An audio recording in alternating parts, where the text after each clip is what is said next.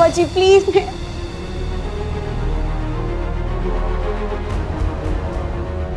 उस लड़के को फौरन यहां बुलाओ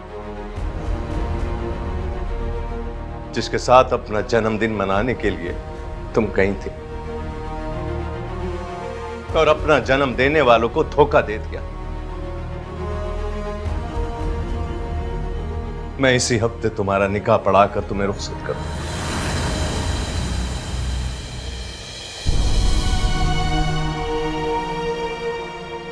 कुछ दिन और इस घर की खुली फजाओं में सांस ले।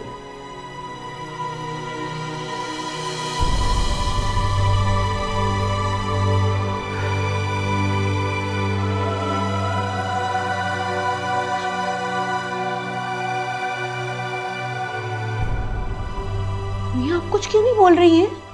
मेरी हिमायत में 2 अल्फाज ही बोल दीजिए आप। अब्बू जी क्या कह के गए? गलत कह के गए ना?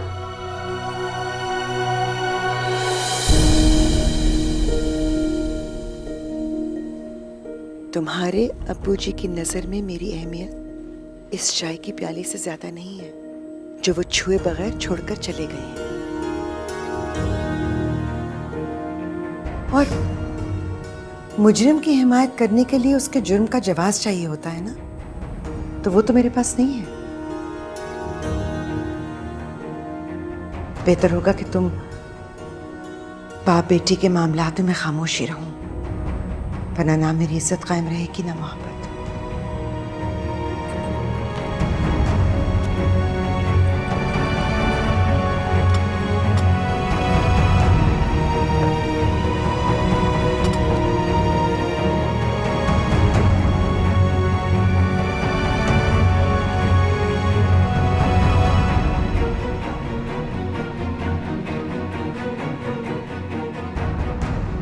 मैं इसी हफ्ते तुम्हारा निकाह पढ़ाकर तुम्हें रुखसत करूं।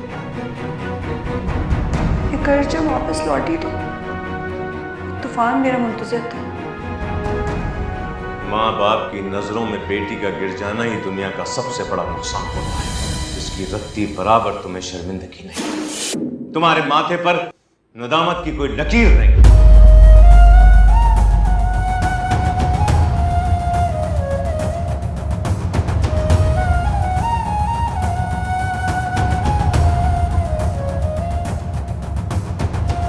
समझ में नहीं आ रही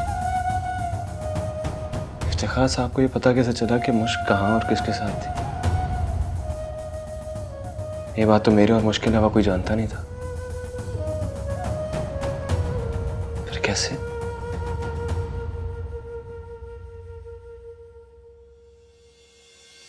तो प्लान ये है कि मैं चाहता हूँ कि तुम मेरी और मुश्क की मदद करो मुश्क की बर्थडे सेलिब्रेट करने में, बिल्कुल वैसे ही जैसे मैंने प्लान किया। मैं और मुश्क उसकी बर्थडे सेलिब्रेट करने जा रहे हैं। सहबा मुश्क आज रात तुम्हारे साथ है। Got it.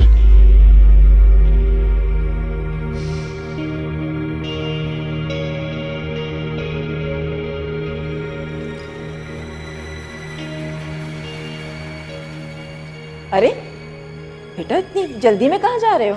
मामा मुश्क के घर जा रहा हूँ उसके फादर से मिलने के लिए। अब इस मामले को ज़्यादा डिले नहीं कर सकता। मुश्क की इज्जत और मेरी क्रेडिबिलिटी का सवाल है। बस दुआ कीजिएगा कि उनके फादर मेरी बात मान जाए। सुना है काफ़ी सख्त मिजाज के। जाओ शाबाश।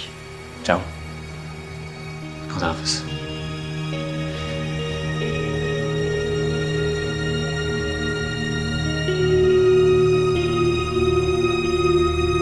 कितनी भूख लग रही ना, पता नहीं खाना भी नहीं दिया किसी ने। थोड़ा सा खाना, तुम्हें भी लग रही भूख? पता है थोड़ा सा खाना आ जाएगा, पिशम खाना खा लो।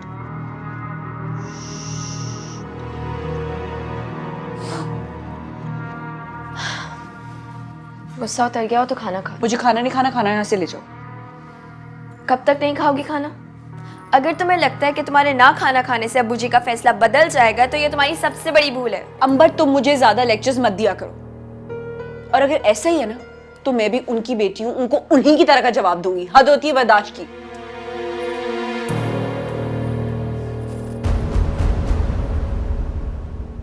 क्या कह रही थी? बोलो क्या कह रही थी?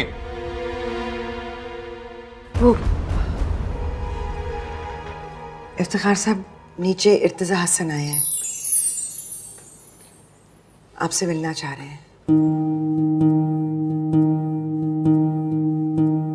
उनको ड्राइंग रूम में बिठाओ, मैं कपड़े बदल कर आ रहा हूं।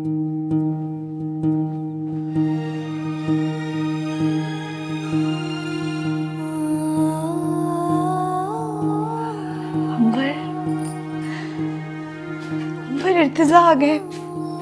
मुझे पता था वो जरूर आएंगे और तुम देखना वो सबको बहुत पसंद।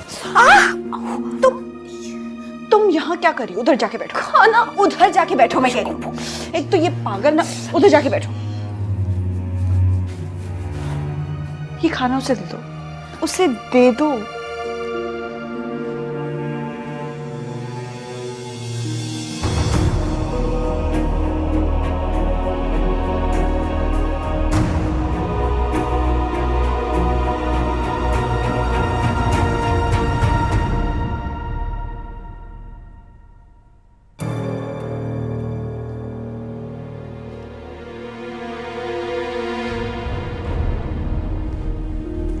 अस्सलाम वालेकुम अंकल। आपसे तो पहले भी मुलाकात रह चुकी है, काफी दिलचस्प इत्तेफाक था। हाँ, इत्तेफाक था। तो आप हैं इर्तिजा? जी हाँ, इर्तिजा हसन।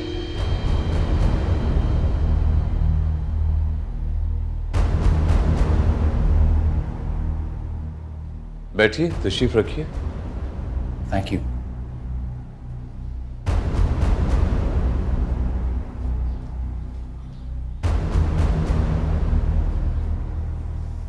जी फरमाइए। अंकल, आई एम सॉरी, मेरी और मुश्किल वजह से आपको काफी परेशानी उठानी पड़ी।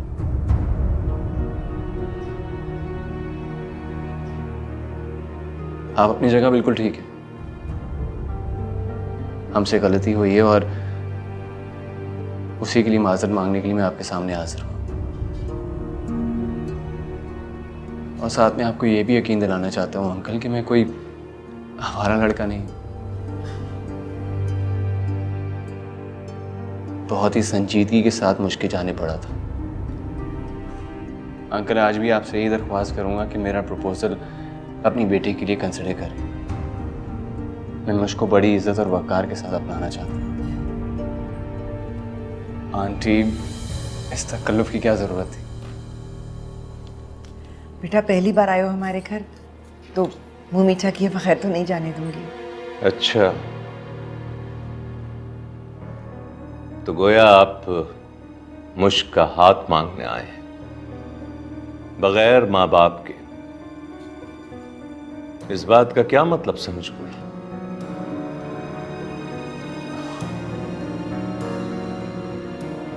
अंकल, आप फिक्र ना करें, मेरे वालिदैन आएंगे और ज़रूर आएंगे, बल्कि खुद आपसे इस रिश्ते को कबूल करने की दरख्वास्त करेंगे।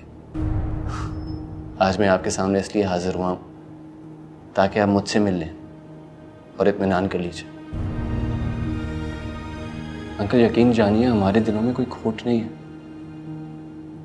दिलों के हाल तो अल्लाह ही बेहतर जानता है इर्तिजा साहब, लेकिन रिश्ते नाते दिलों के हाल को बुनियाद बनाकर नहीं तय किए जाते, उनके लिए सिलसिलावार मराहिल से गुजरना पड़ता है।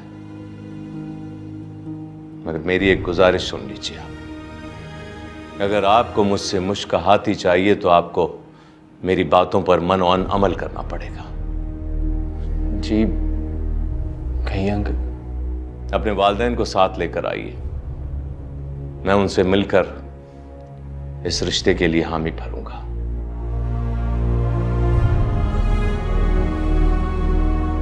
और ना करने का तो मेरे पास कोई जवाज ही नहीं है। मैं तो कल ही मुझको ये बता चुका हूं कि अब वो अपनी बकिया जिंदगी उसी शख्स के साथ गुजारेगी जिसके साथ उसने कल शाम गुजारी है।